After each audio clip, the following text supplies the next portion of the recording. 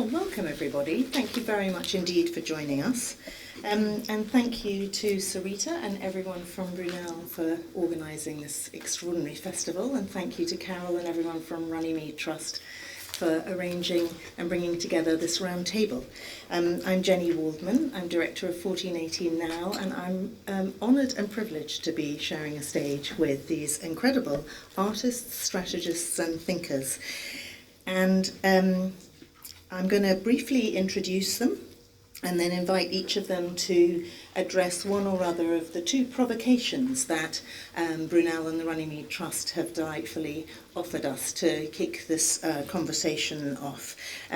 We'll then talk a little bit and we'll have plenty of time to open it up for all of you to add in your thoughts and ideas. And our overall objective for the afternoon is to think ahead and really find some solutions to the policy challenges that appear to exist for creating a more diverse and more inclusive cultural and creative sector. So we have the experts right here, and I'm going to start by introducing Bidisha, who is, as many of you will know, a writer, broadcaster, filmmaker and artist. She specialises in international human rights, social justice, gender and the arts, and offers political analysis and cultural diplomacy, tying these interests together. Her latest book, which I highly recommend, is Asylum and Exile, The Hidden Voices of London, which is the result of her work with asylum seekers, refugees and undocumented people in the capital, including their own testimonies. Shagufta Kiqbal is an award-winning artist and poet who uses arts to reach and engage audiences who feel that their experiences are not reflected within traditional and mainstream arts. She's been described by Galdem as a poet whose work leaves you validated but aching. Her narratives are important, heart-wrenching and relatable. She also has a fantastic poetry collection, Jam is for Girls, Girls Get Jam, which again you must go out and buy straight away. It's been described by Nagesh Shukla as a social political masterclass in its exploration of cities, cultures, race, food and family. She's also co-founder of Kyoto in Bristol and founder of Universe Poetry Collective, which platforms South Asian female identifying poets. And I hope that you'll be talking a little about those two as we go through. To her left is Euella Jackson, who is a presenter, filmmaker and creative producer working in Bristol. She is an alumni of Rife magazine and currently works with Rising Arts Agency, which helps underrepresented young creatives take up space, leadership and strategic decision-making positions in the cultural sector. Practicing what she preaches, she's on the board of Encounters Short Film Festival and in 2018, just last year, worked alongside the Mayor of Bristol in their successful bid for the Channel 4 Creative Hub location. Jane Hackett is the project director of the Arts Strand at the Calouste Gulbenkian Foundation, and that strand is called the Civic Role of Arts Organisations, and I hope that you'll talk a little with us about that. She leads on strategy and development. Jane also has extensive experience working as a creative artist, an educator, a programmer and a producer, so she really runs the whole gamut. She started off as a performer, I think a dancer and a choreographer, a director and a dramaturg, and then a leader in arts education and participation. As well as in her career has been director of 2 national conservatoires. She's also a published author, a fellow of the RSA, a Churchill Fellow and a former assessor for Arts Council England. Charles Lauder, our final speaker, is CEO of the Indie Club, which is the body that advocates for independent production companies and TV facility companies and programme makers in the nations and regions. The Indie Club is dedicated to ensuring a multiplicity of voices in TV, nurturing truly diverse talent and supporting sustainable production and post-production ecologies throughout the UK. He is also originally a film and television and theatre, now theatre director, so we have practitioners as well as funders and thinkers and strategists. His wide range of credits includes Coronation Street, and I won't go on, there's a long list and it's incredible. He's been chair of Contact Theatre Company in Manchester, which many of you may know as a youth-led as well as young people's theatre company, and I very much hope that between Euella and Charles's experience we can bring in youth into this conversation, because they both have such fascinating experience with that and real expertise. During his tenure, Contact won an array of awards, including for diversity and inclusion. He also runs his own consultancy business specialising leadership, equality, diversity and inclusion. So please join me in welcoming our panel.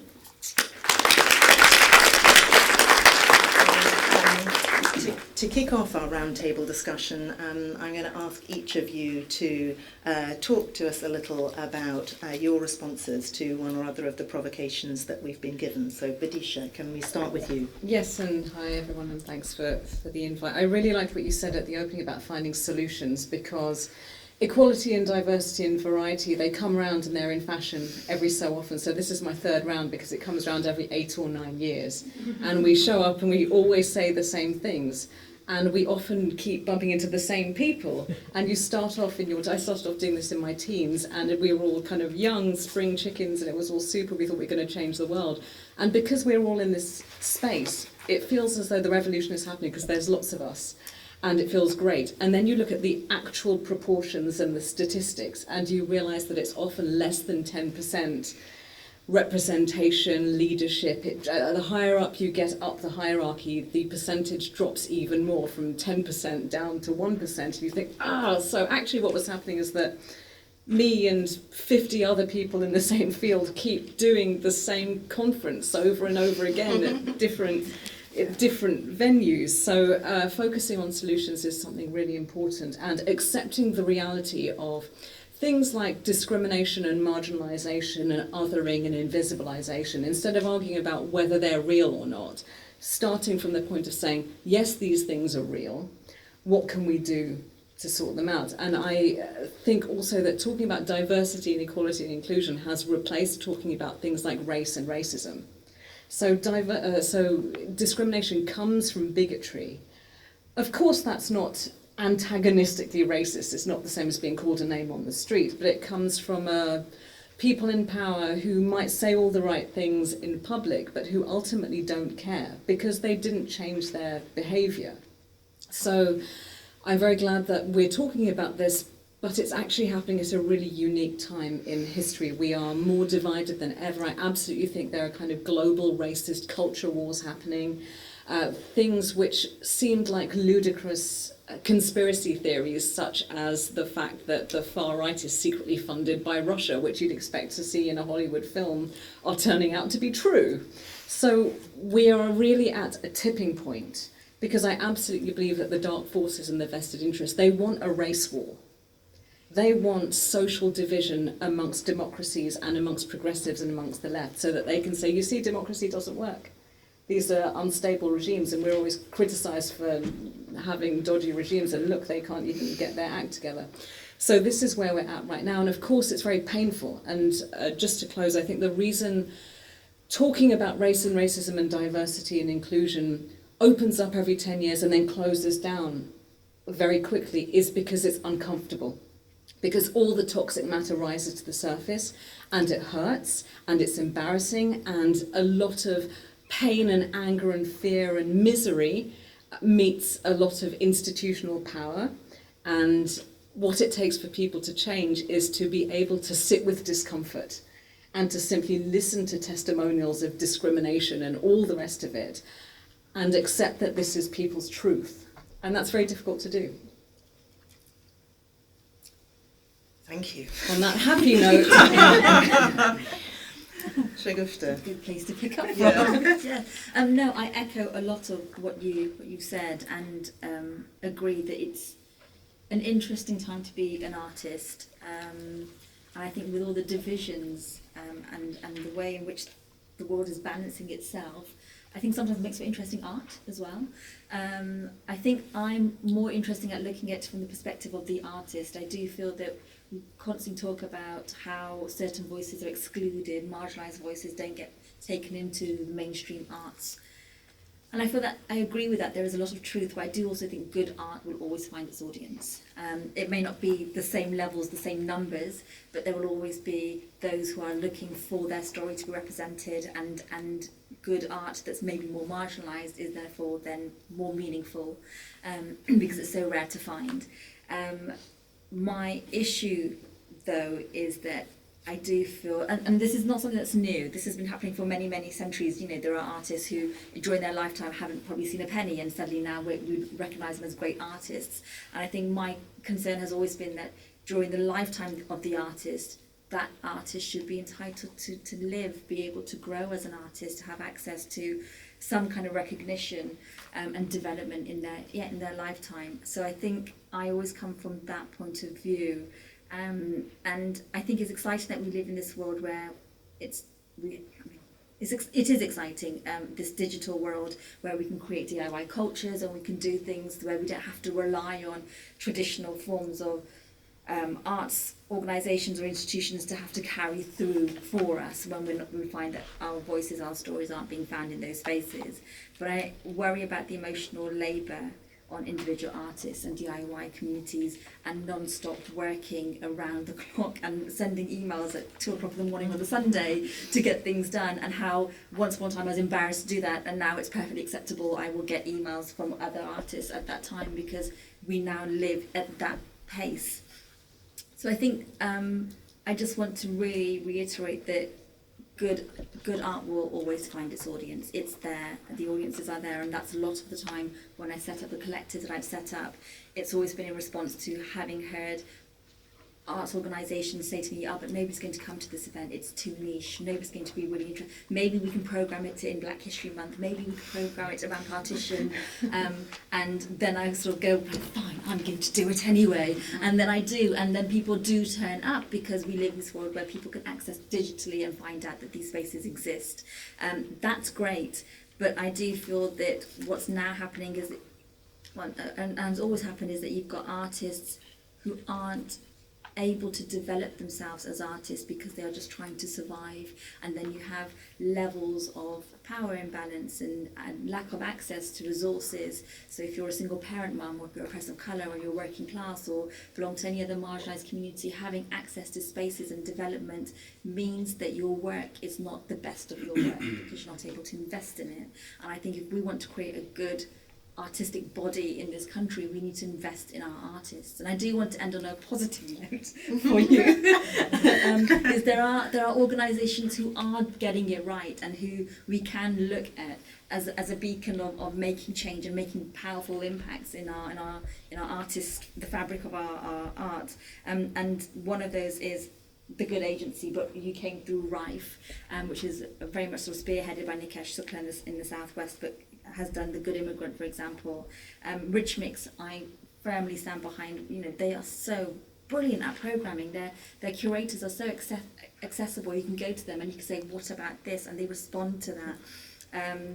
The Free Word Centre, I think, are doing some amazing work at the moment. And I also will give a nod to the Arts Council, because that has been my lifeline as a single parent artist, and particularly sort of note that the Developing Your Creative Practice Fund has transformed the way we as artists work and allowing us to be able to work and create art for the sake of art, which I think is very exciting. So that's where I've got to. Thank you. That's proud. Thank you. I'm really, thank you guys for all having me, by the way. I'm really excited by this idea of art being able to influence or inform social policy, because I think generally art is a tool that we use in our everyday lives, whether it is just on an individual level to make ourselves feel better, but also on a collective level. So I think that's really exciting. I think that all of us need to start thinking and interrogating what we mean when we're talking about art and artists. Who are we talking about? What qualifies as art? What doesn't qualify as art, and why?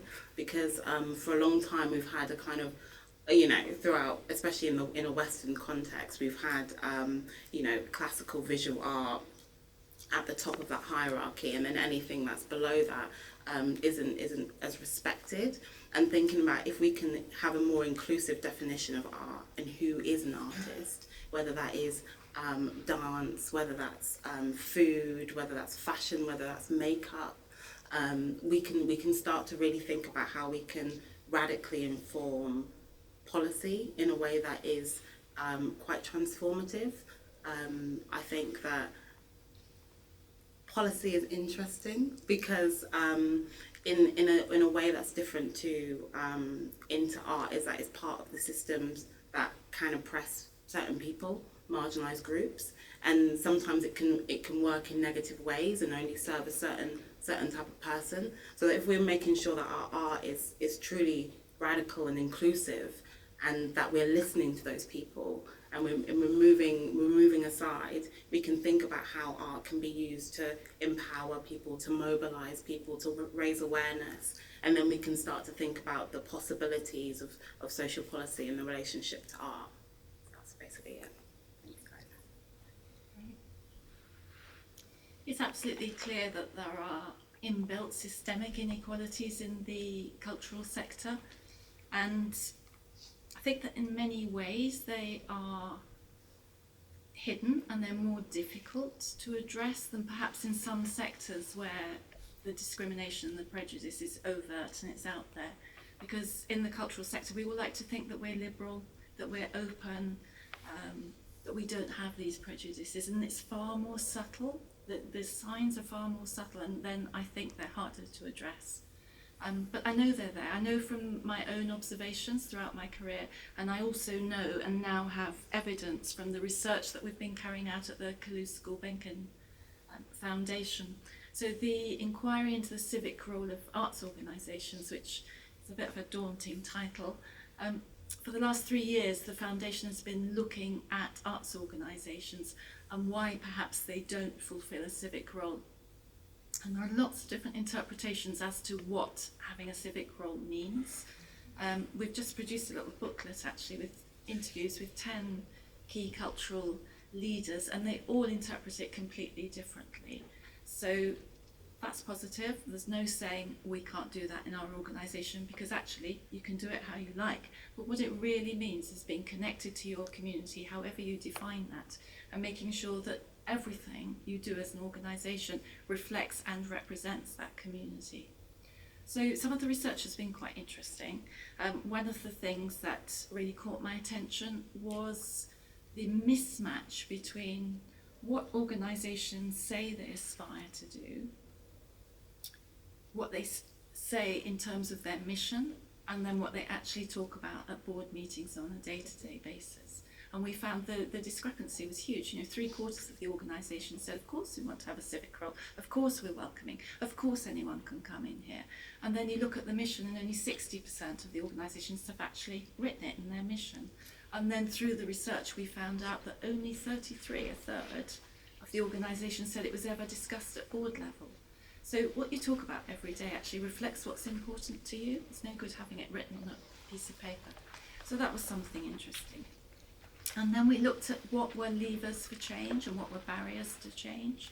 And some of them sound obvious, but actually they're simple, practical ways that could affect change quite quickly, and they're all links in a chain.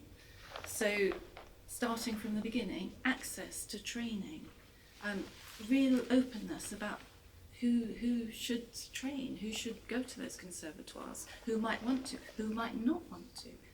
Access to funding for making work, access to professional development, access to decision making in terms of who are the directors, who are the trustees, who are those people setting the missions and deciding what artwork that organisation shows. So we clearly need more openness about what is art, who are artists, where does that art take place, what form might it be in. And then for me, one of the things that really stands out is it's the gatekeepers. It's the programmers and the producers who somehow, possibly unwittingly, seem to have a hold on who's flowing through that organisation. And whether it is because they lack confidence to program different things. They are programming what they think will make the business model work. They're programming what they think their established audience want to see. Without a doubt, there's a lack of diversity and a lack of understanding of the quality of work that's out there that's simply not reaching the public. It cheered me up for a minute when Shagufta, when you said, I think good art will out. And I thought, yes. And then I thought, but they need to be paid for their work. You know, they need a proper platform that respects that work. What else did we find out? I think the most important thing for me is to say that there are quick, critical interventions that we could make if we had a will, that would very quickly transform the diversity, the range of views and opinions, the sort of art we were seeing, the people who are choosing that art. And it's not anything out of anyone's reach. So my question is, what is stopping us? What is stopping us? And I think I've never been able to really answer that. And I think, Bidisha, you said a word which really rang a bell for me, and that's discomfort. It's racial distress. To use the academic phrase, apparently. But to try and also end on a cheerful note, as my colleagues have done,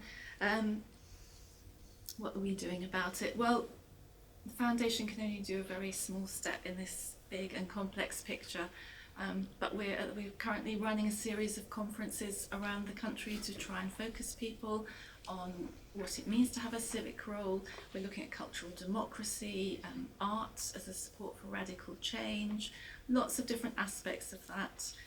We're going to be opening a new fund which we hope will support this kind of work, and particularly putting in place fellowships and learning exchanges, because for too long it's been a small group of people benefiting from all those things. And on a personal level, I'm mentoring like crazy. I seem to mentor an awful lot of people, and I'm getting ready to stand aside myself and make room for other people to come through. Thank you, Jane. Yeah, one of the beauties of going last, or perhaps not, is that I can sit here and kind of say that what they all said, or not. But it does mean that I can cut short what I was going to say, because to a certain degree, a lot of it's already been covered. I'm though going to go back and say that, you know, we talked about being optimists, and I'm an eternal optimist. But even some of us who are optimists, you know, can cast our minds back to when there was a Race Relations Act, and when it was an accepted umbrella term that was politically okay to refer to anyone who wasn't white as black. And I just wonder sometimes whether, you know, engaging in the kind of parsing of language, so that the journey from equality through diversity to now BAME isn't some kind of etymological sort of, I don't know, acronymic game that distracts us from actually getting on with doing stuff, whilst we're all arguing about what it should be called. There's mention to the fact that, you know, people are uncomfortable. Somehow we've got to find a label with which we can all be comfortable. Well, if the process and the thing itself isn't comfortable, why should the label for it be comfortable?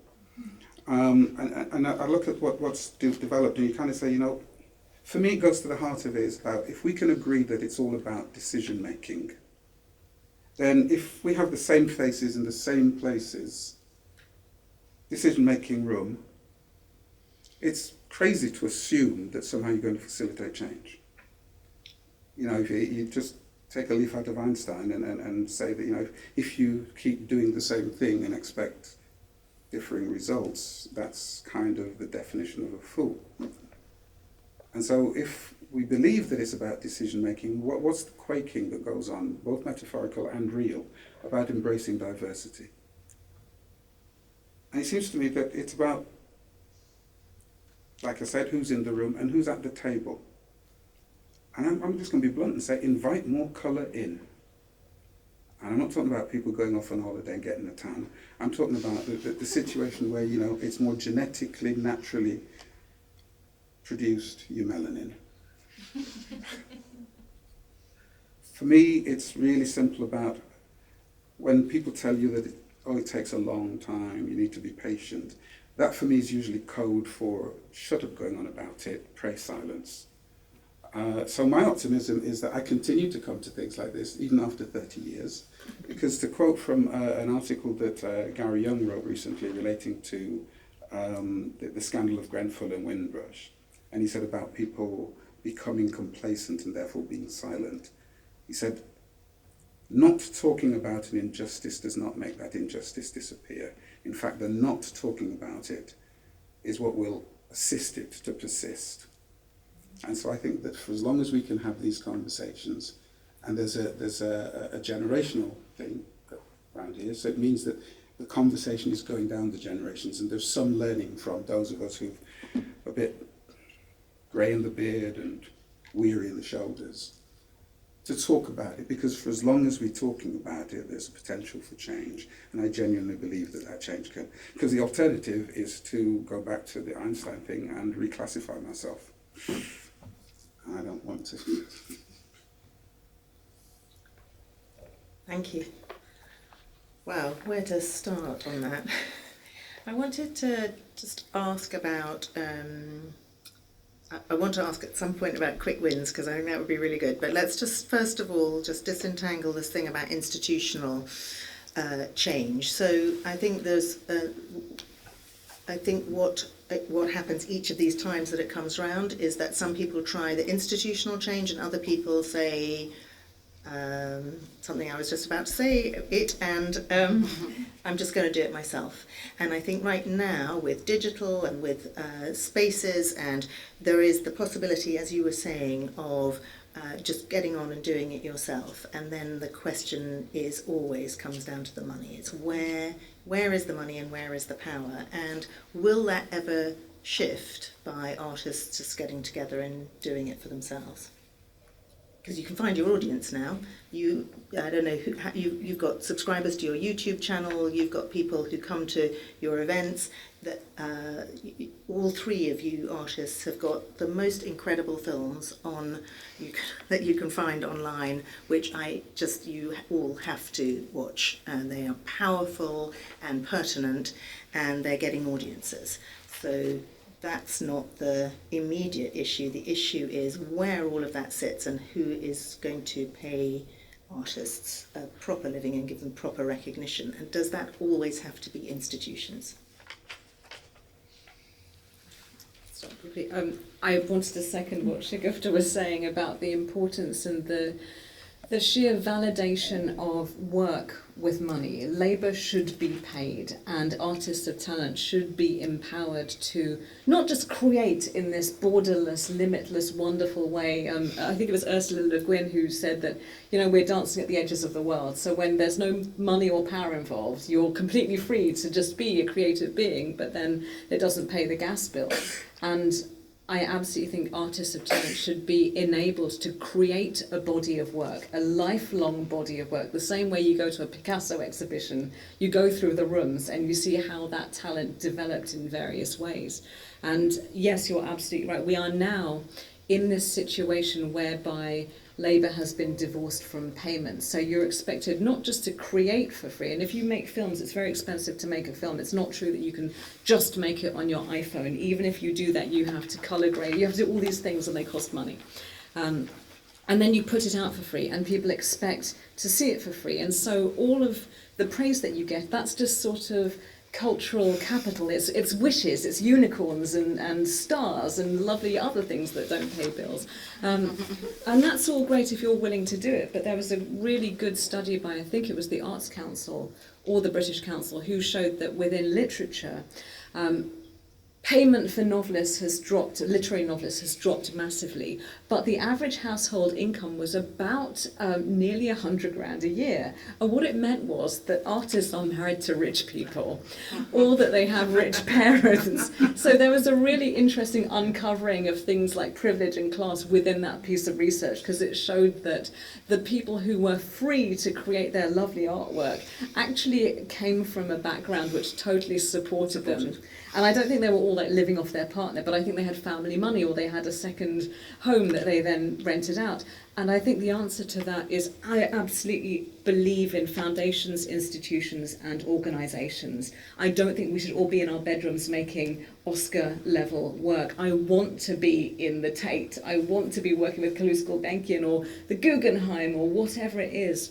And I don't like this argument that just because we're of colour, to use that phrase, that somehow we need to accept that, okay, you know what, forget it, I'm not going to try, it hurts too much to try and get into the Tate, I'm going to switch off and I'm going to occupy the ghettoised second or third tier version of my career. So I get to watch Anthony Gormley make his millionth sculpture of a guy and put it on like the Dover coast or whatever, and I get to, no diss to him, it's just an example of someone who's successful, and I get to accept 75 quid to make a film that cost me £5,000, even if it was then accepted for lots of awards and it's all super, but actually the upshot is that I'm down £5,000 minus the 75 quid I was paid for it.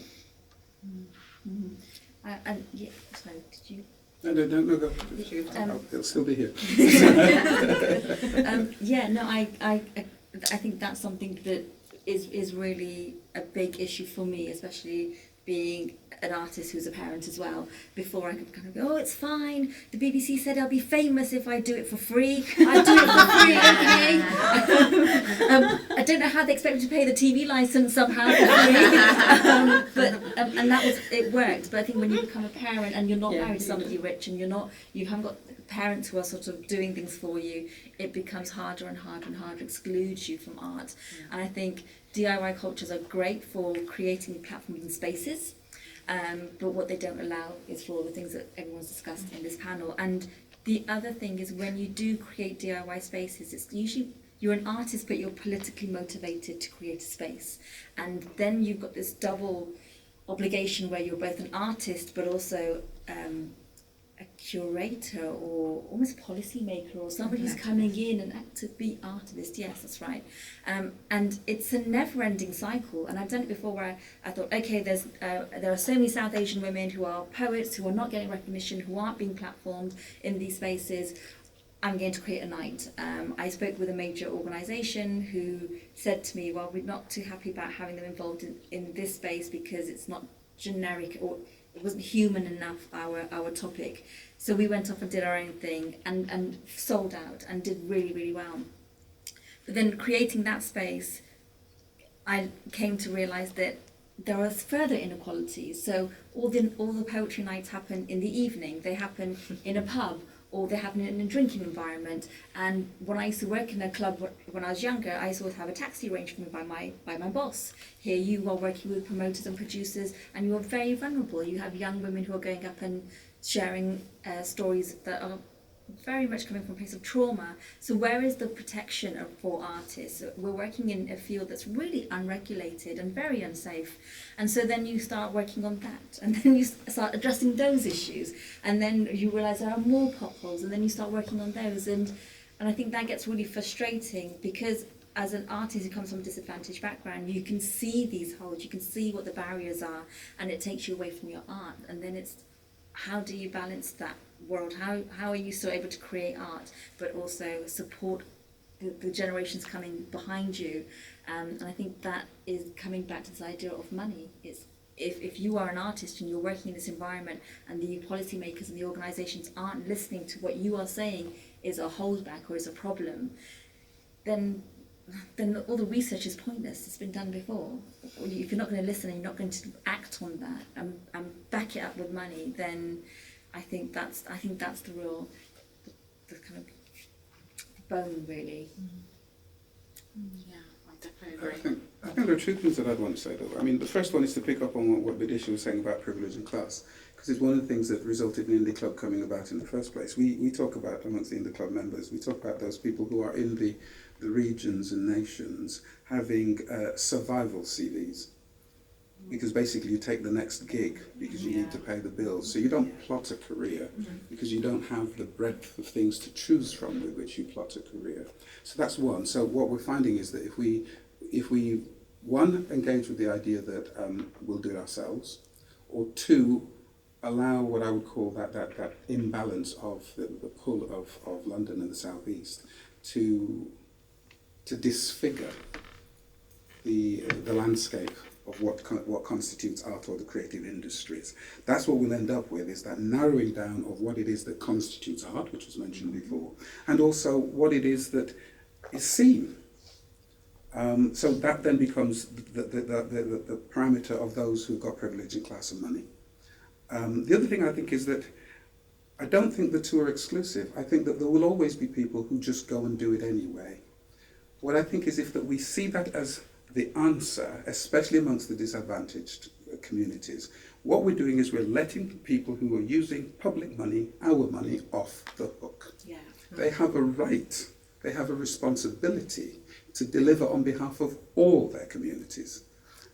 And that's what I meant when I said about who's in the room making the decisions. And if we don't hold the decision making and the decision makers to account for them themselves being representative, then they get off the hook and we go and do it anyway. Mm-hmm. I'm not suggesting that the one is more important than the other, because I think both will exist. But I don't think we should feel that we're corralled into this is the only way. We should be beating on doors. We should be shouting out loud. Like I said earlier, you know, if you don't talk about the injustice, if you don't shout about it, then it's okay. Because acquiescing is the equivalent of saying, we're good with it. Well, we're not good with it. And, you know, to the extent that the word activism relates, that's what activism is. It's constantly saying, no, we're not good with it. We want to see change. We demand change. We deserve change. There's a mismatch between the conversations that are happening in arts organisations and institutions and what we're hearing here. So we're hearing about, you know, institutions are very proud of themselves because they're now talking about co-creating and co-curating. So we're not making all the decisions ourselves, we're having someone next to us and we're making the decisions together. These guys are making their stuff, you know, why can't they be just curating and creating? Why are we still holding on to that little bit? And there's a thing about values judgment as well. Who says you get £75 to make your film and you get £750,000 to make your production? It's coming through a prism of an inbuilt, long-held values system. And we won't shift that until we've got different people making those decisions. And to do that, we need to open up a space. There needs to be space for people to step in and take on roles that they are absolutely not only capable of doing, but are already doing, just not being supported to do it. The other thing to say is that that kind of constant rejection and constant, well, I'll do it myself anyway, it's exhausting. It's really exhausting, and people burn out, and we've seen fantastic artists burn out and just say, I'm not doing it anymore. Mm. Yeah, or in our case, in the TV industry, people simply leave. Yeah, it's emotional. You go find something else to do. It's emotional labour. Yeah. That's what it really is. So on top of being a full artist with a practice, probably having a day job, you have to then kind of negotiate, and you have to ask yourself what you're going to allow yourself to get angry about every time. I mean, that uses up a huge amount of mental calories. Like, do I want this fight or do I want that fight? Do I actually say what I really feel and then burn all my bridges forever and then leave the industry? Or do I kind of go, yes, thank you very much, I'm going to answer your question about where I'm really from 100 million times, and then hope that I get, £60 at the end of it or whatever it might be. And I completely agree that it's to do with time as well, so that when you're young and full of beans and you're really anarchic and you have no expectations, actually you're a lot more punchy and creative because you're just taking everything at face value. And after a while, I think when you're about 20 years into your career and you're looking at the second half, the second portion of your life, your second act, you just think, I don't know if I've got the calories to burn anymore. And I tried making my stuff and it didn't work. Maybe I'll just, I won't exhibit it, I'll just make a nice poster and hang it over the sofa in my house. And when I'm dead, they can find an entire room of artwork and I'll get an amazing posthumous exhibition at the White Cube with like a really lavish catalogue and really high-level people writing essays about it. And that happens a lot. It happens with race, it happens with sex as well, and the nexus of all of that. So when you're 80 or 90 or nearly dead, that's when you get the Nobel Prize for whatever creative field that you're in. Presuming still that the people who are making the judgment will have changed enough to recognise that art was worth making and noise cry about. some tears of blood over I think tears over your life of oppression and injustice. That's a really interesting point. It's just this idea of being an emerging artist as well. Yeah. When do you stop? Yeah, you're 48 and you're still emerging. At what point does that stop? I'm going to very quickly.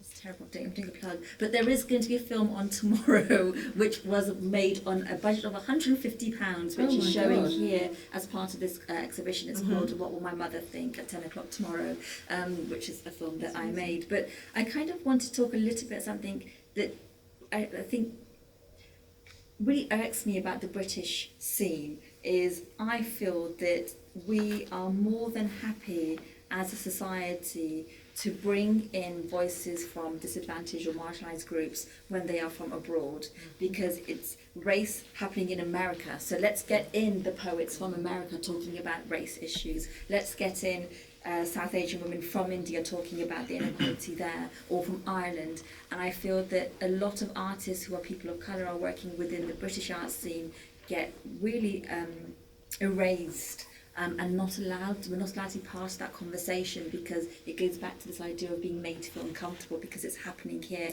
and we don't want to talk about it in our art or in our conversations about it happening here. So a lot of poets will come in from or artists will come in from outside communities and do much better than artists who are creating things and working your way within and talking about things that are actually very relevant to our conversations, our histories, our stories. But I feel that that's a really it's a big thing that gets overlooked, and a lot of artists feel that they need to go to the other side of the pond or need to go elsewhere to actually establish themselves as artists and then potentially come back. And I know quite a few friends who've done that, and famous celebrities who've gone away and made a name of themselves somewhere else before they could come back and be recognised by the British art scene. So, coming on to kind of what we can do to make those changes that will actually be lasting changes. Let's just assume for a moment that you are all the policymakers. What are your wins, quick or otherwise? And Euella, I'm going to start with you by asking from your experience, either of where people are getting it right or when people respond when you talk so eloquently about making change. What are the things that you think that we can do to make this change? So there are definitely quick wins. So one of the programs that we run at Rising Arts Agency, we literally go to arts organisations and put a young, marginalised, creative person onto their boards. We offer them training and support with that, and we give them a buddy and to ensure that they feel supported in that. But it's about kind of going in and saying, listen, you have a civic duty, especially if you're an Arts Council funded and NPO organisation. You have a duty to serve all the people that you are in your community, and young people are one of them. So we kind of say, if you work with young people, you try to engage with young people, then you should have a young person on your board. And that's kind of one of the ways that we've started having those conversations, and it's been really interesting. We did a talk with Arts Council Southwest, and it was really interesting that at the end of the talk, they were kind of like, so do you think that we should change the way we fund people? And we're like, yeah. But it's that thing of like making people kind of realise that there's a room, because it's about saying like who's in the room, who's at the table. These, like, a lot of the people that make the decisions don't realise that there is a table that they're at, or that there is a room. And then once they can see the room, then you can start saying, okay, then so what are the problems with this room? Okay, how can other people get in? Is there a locked door? Is it a secret underground room? Are there windows? Is it accessible for people to get into? So I think we've kind of looked at how you can have a multi-faceted, multi-directional approach to creating change within organisations. Because even now, I'm thinking, as part of our board program, we run 3 training sessions on, like, you know, governance, finance and stuff like that. And then the last training session is a kind of wild card where the people who are on the boards can say, actually, I'd really value this, or really want to find out more about that. But one of the things I really want to tackle is actually, how do you create change in an organisational context? How do you, when you've got gatekeepers, and because there's so many well-intentioned people in organisations, arts organisations, who want to make change, who want to engage communities, who really want to think about how you can do engagement in a really inclusive, back and forth way. Because a lot of the time organisations will either parachute into a community, do some random program, and then disappear once, you know, a 2-week, 3-week program. And how do you do that engagement? Go to the people, listen to them, think about what they're talking about and what the challenges that they're facing, and then bring that back, not just the ideas, but the people and the ethos and the culture back into your organisation, and then push it back out. So thinking about how you can actually do that within an organisational context, when you've got gatekeepers, you've got decision makers, you've got barriers within. So that's something I just want to explore, really, about how you can navigate those spaces from the inside once you're on a board, or once you're you know, part of the engagement team. How do you start to do that and start those conversations Properly too. Yeah. So Jane, you said there were some quick solutions. Give us a few, or one. Yeah, I mean, I've outlined things about having representative voices at every level of the organisation, but actually I'm being very thoughtful listening here, because I bet sometimes I'm one of those well-intentioned people who thinks they're helping, and then when you listen you find out that actually you're probably not right. So one of the things is realising that we haven't got it right. What we've got at the moment isn't okay. Again, going back to the research that we did in the inquiry, there were all sorts of reasons raised why organisations couldn't change. They didn't have the resources, they didn't have the funding, they had an established business model, all sorts of reasons. But actually, the most difficult group to talk to and work with were the ones that said, oh yeah, we do that. And that's really hard. So maybe just try and grow an understanding that what we've got is not okay, it's not right, even the organisations that view themselves as doing really well, and we need to be listening more. And I think the point that Jane makes about looking at all the levels is quite important.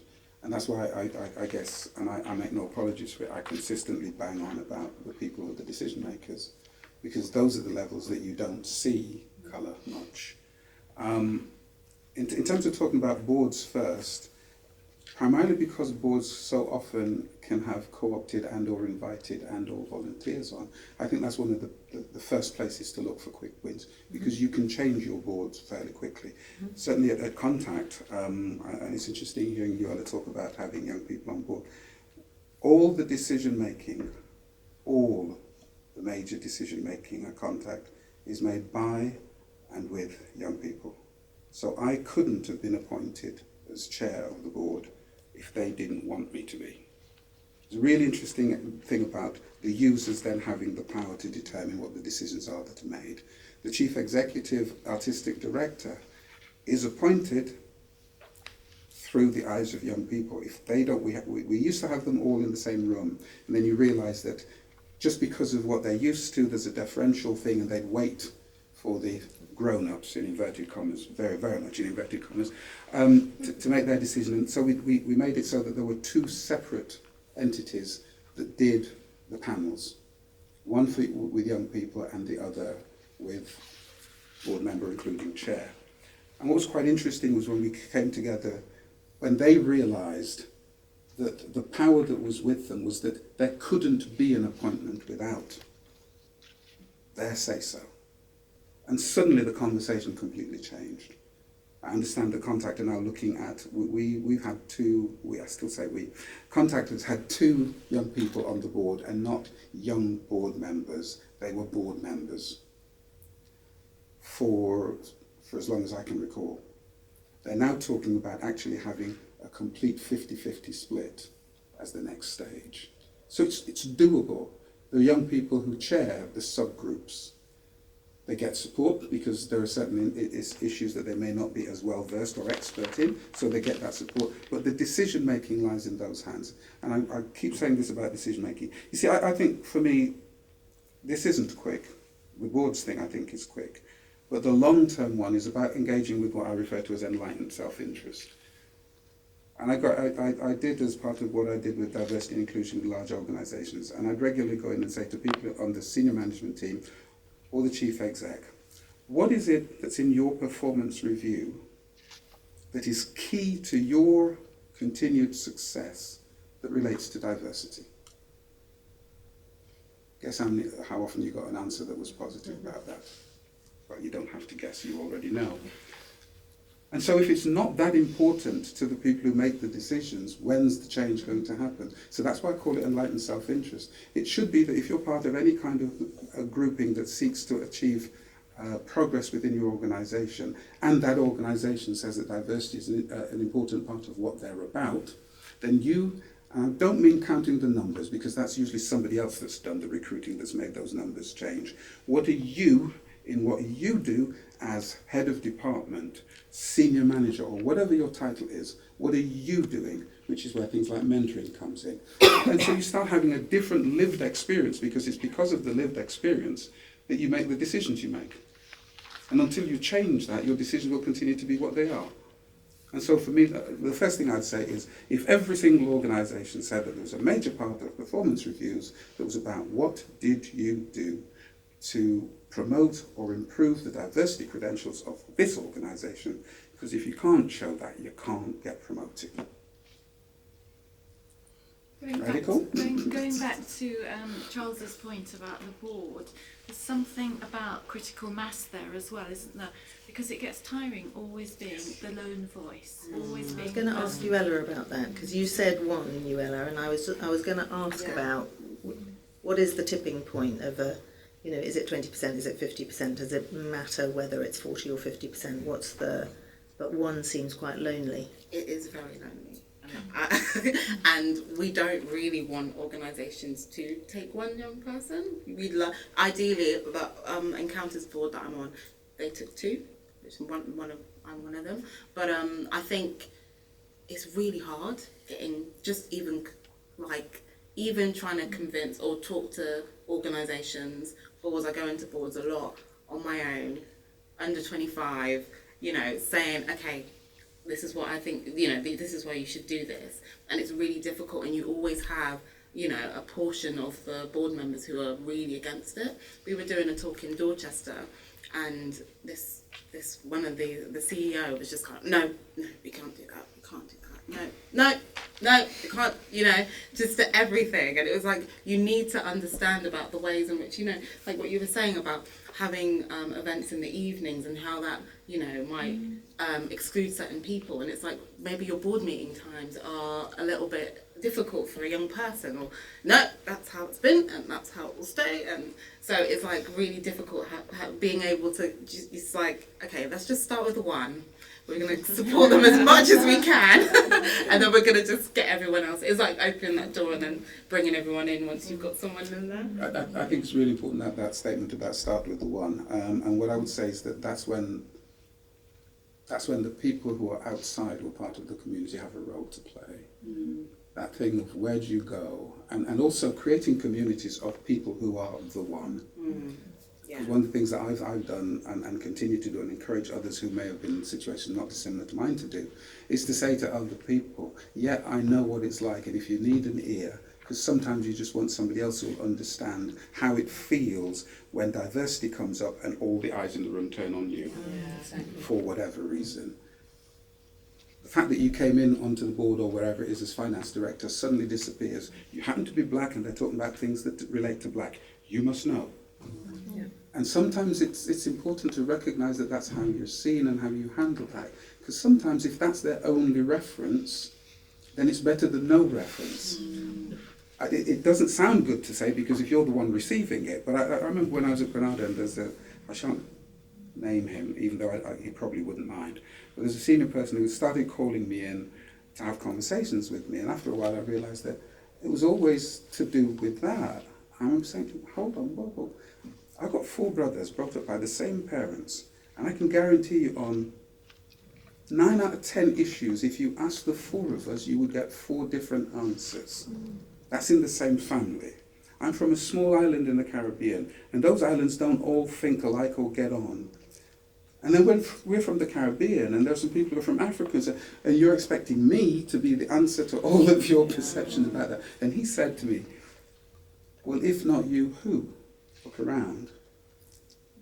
And that felt really, so what I then did was started a conversation with him that said, well, okay, then why don't I help you to widen your sphere of engagement?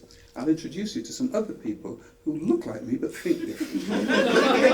I'm being serious, because that's what I mean about saying sometimes you've got to hold on to it and not just run away from it because there's pressure involved, and look at the person who, or the people who are making those demands on you and kind of go, okay, if that is the demand, how might I work with it so that it moves on, so that it doesn't continue to be the demand? Because being in that place has afforded you that position that somebody else who's outside hasn't got.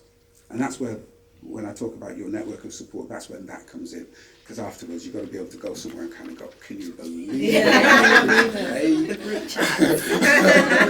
When I was at the BBC, we used to have the presenter's room was blocked off from everyone else's, and that was like the secret room where everyone would come in and go, can you believe it? Just, I can't, and it was, and then we would just carry on as normal. Like afterwards, we'd just go back to our desk.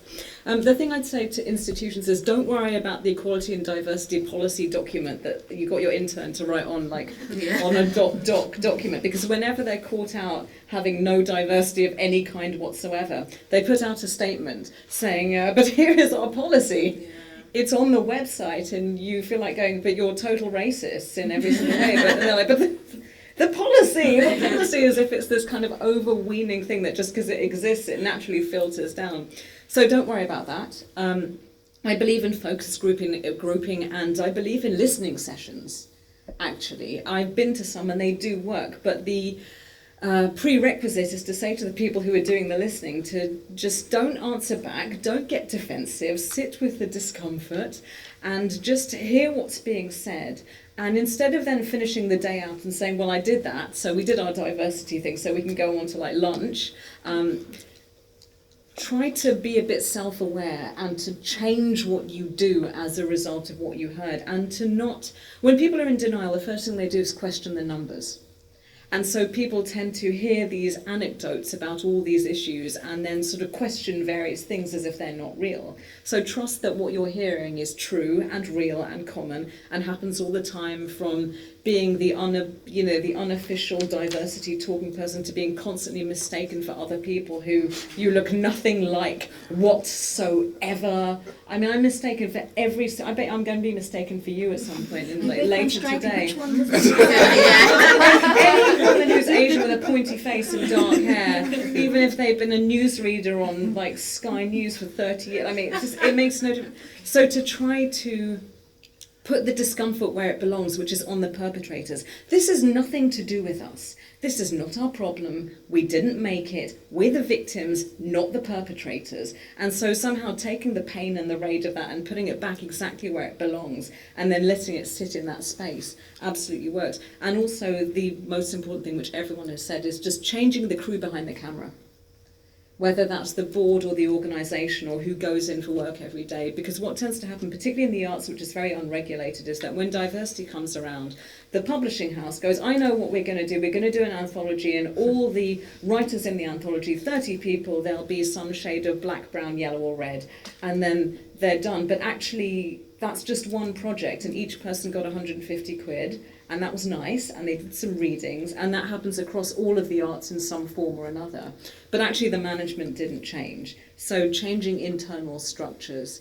I'm saying all that, if that happens, that would be fantastic. I do think that we have to make a commercial argument and say, listen, you know what, if you don't change, all of these industries are going to dissolve into the internet.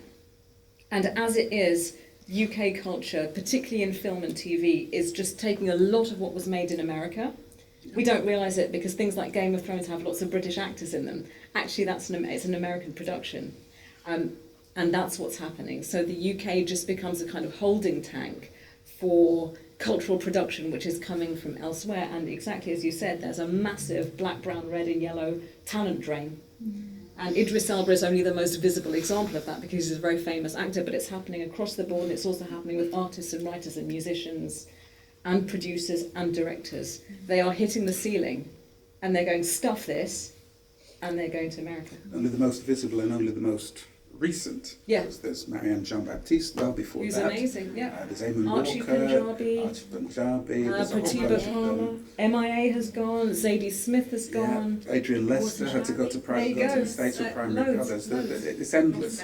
There's a really interesting thing as well about the numbers thing. And whilst I firmly believe it isn't just about the numbers, but there are instances where being able to quote numbers matter.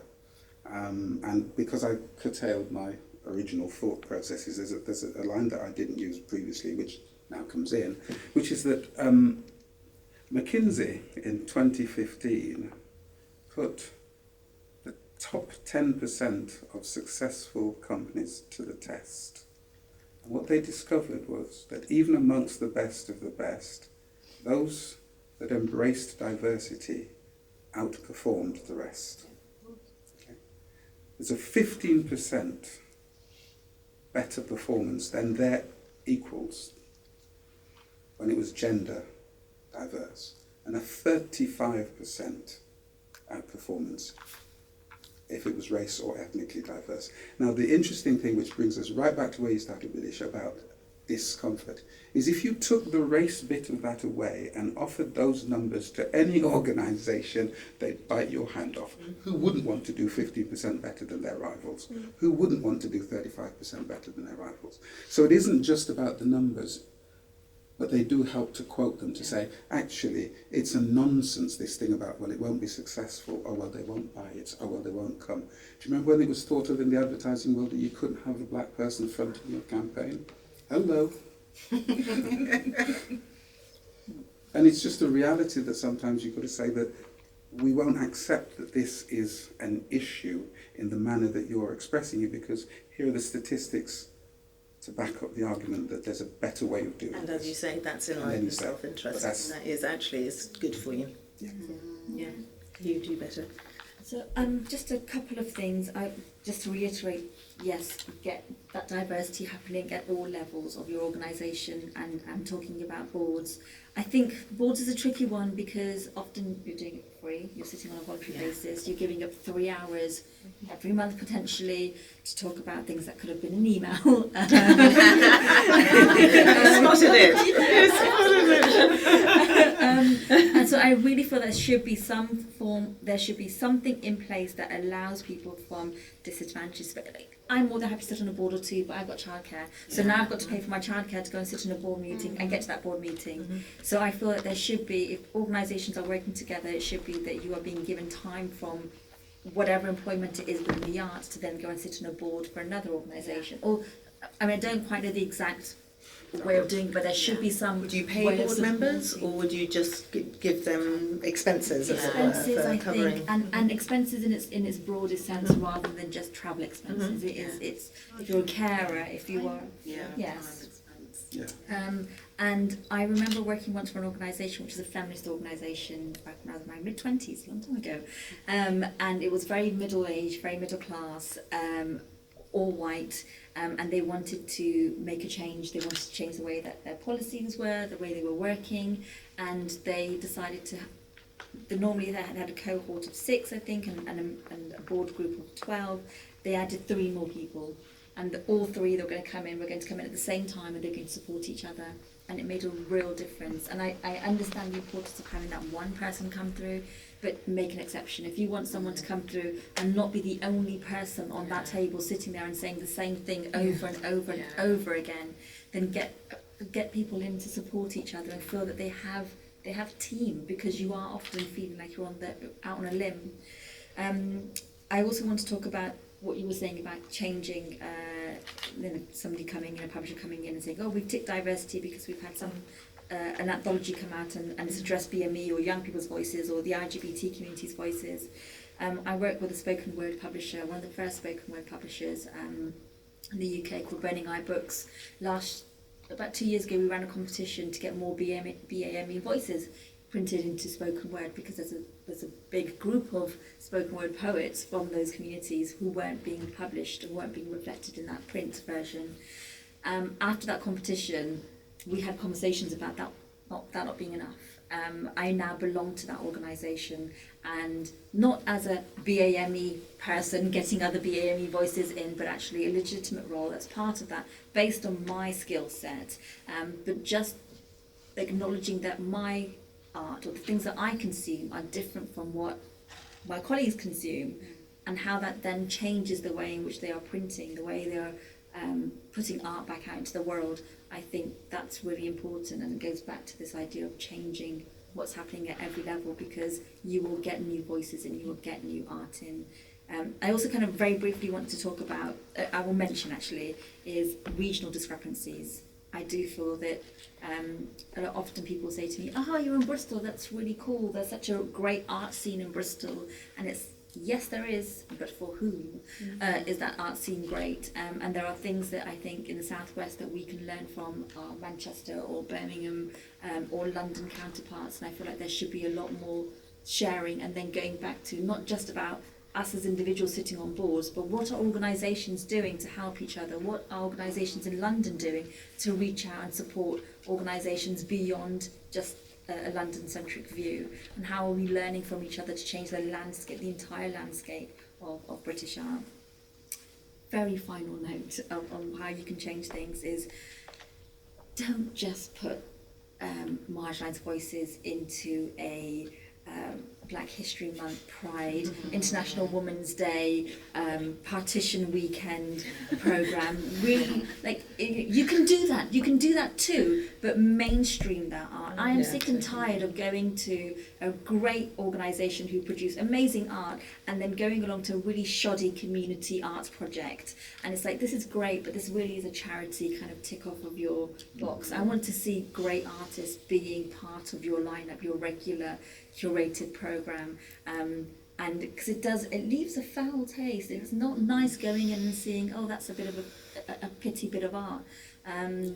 So I think it's really important that it isn't just we're ticking a diversity box. It is part of your programme. It is part of your every month. It is part of that conversation, because we're here, we exist, and we are part of your arts. Thank you. And just always put it in the studio space. Yes. the community all access areas. Yeah. Thank you all for coming, and please join me in thanking our brilliant panel.